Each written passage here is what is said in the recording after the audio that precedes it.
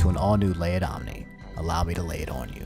So if you didn't know, there are 3 definitive things that all Smash players love: playing Smash, drama, and making tier list. I hope you guys prepare yourselves because the Smash tier lists are coming in spades. I don't know what it is about Smashers and tier lists, but we just love to rank things in order from best to worst.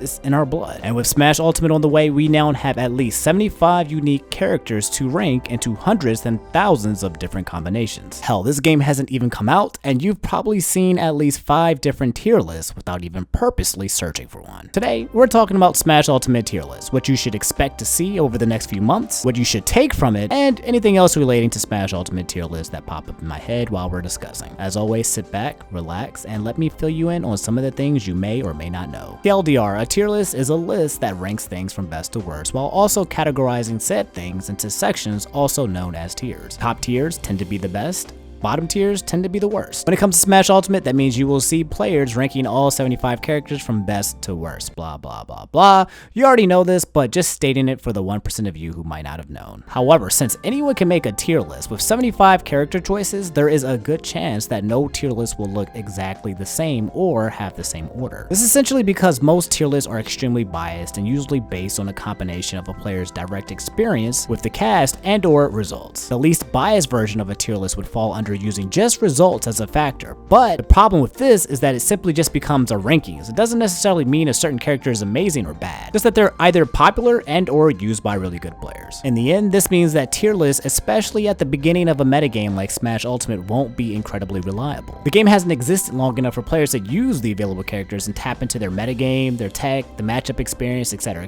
and truly show just the potential of the character. Therefore, any list that you encounter within the first few months of the game will more than likely just be a rough draft of characters that feel good or bad right out of the box. And that's exactly what you're going to see. Zero, Nairo, Esam, all the big kids are going to attempt to rank the 75 characters, and that list is going to change every weekend because more than likely someone in the world is going to show the rest of the world things that a character can do that other players didn't know about. So what does this mean for you? Well, if you don't really care about tier lists and you're just playing Smash Ultimate just to have fun, then it means nothing to you.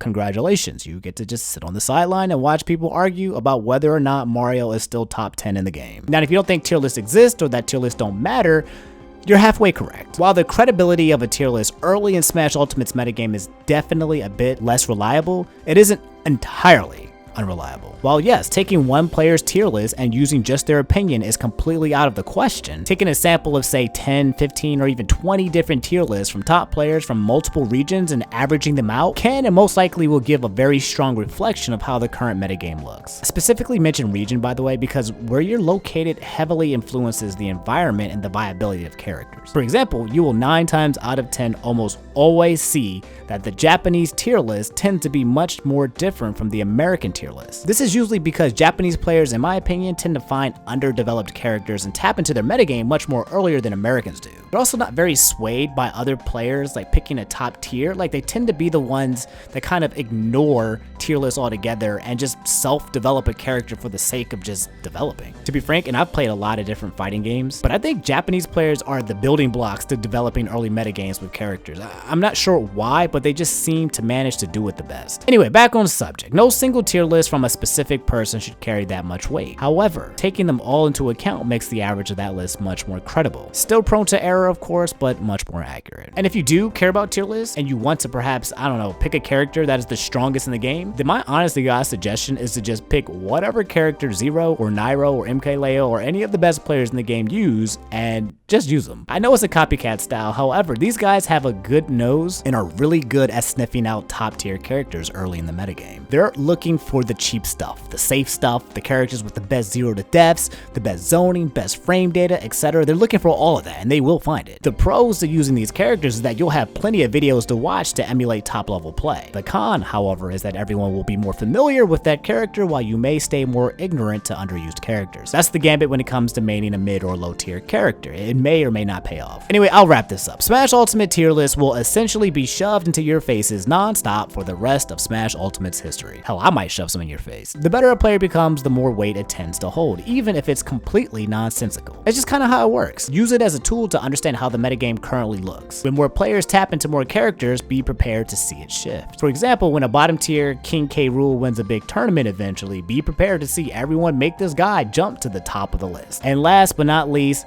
patches. When a balanced patch comes into play, everything is reset. More than likely, top tier characters will get nerfed and low tier characters will get buffed. It doesn't always work that way every time, but more often than not it does. The thing is that a new balance update means that a new metagame more than likely now exists. Top tier characters, however, have a tendency to have a strong enough basic kit to push through nerfs like Smash 4 Diddy Kong, Sheik, Bayonetta, Cloud, and Zero Suit Samus. Don't stress about it. Whether you're just playing to win or you're just playing for fun, tier lists are just big opinions that you can choose to use or you can choose to ignore. That's all I have to say for this episode of Laid Omni. You've just been laid. From what you've seen so far, what characters are you predicting to be the best and worst in Smash Ultimate? And if you haven't seen anything, what characters are you hoping will be the best, or which characters are you hoping won't be as good as their Smash 4 prototype? If any of you watch my videos or anything in the past, you'll probably know that I'm a huge advocate of, picking a top tier, but also I've come to find out that it's not the right way. I have this stupid, crazy, competitive mindset that you should always be playing to win. And I've kind of just ignored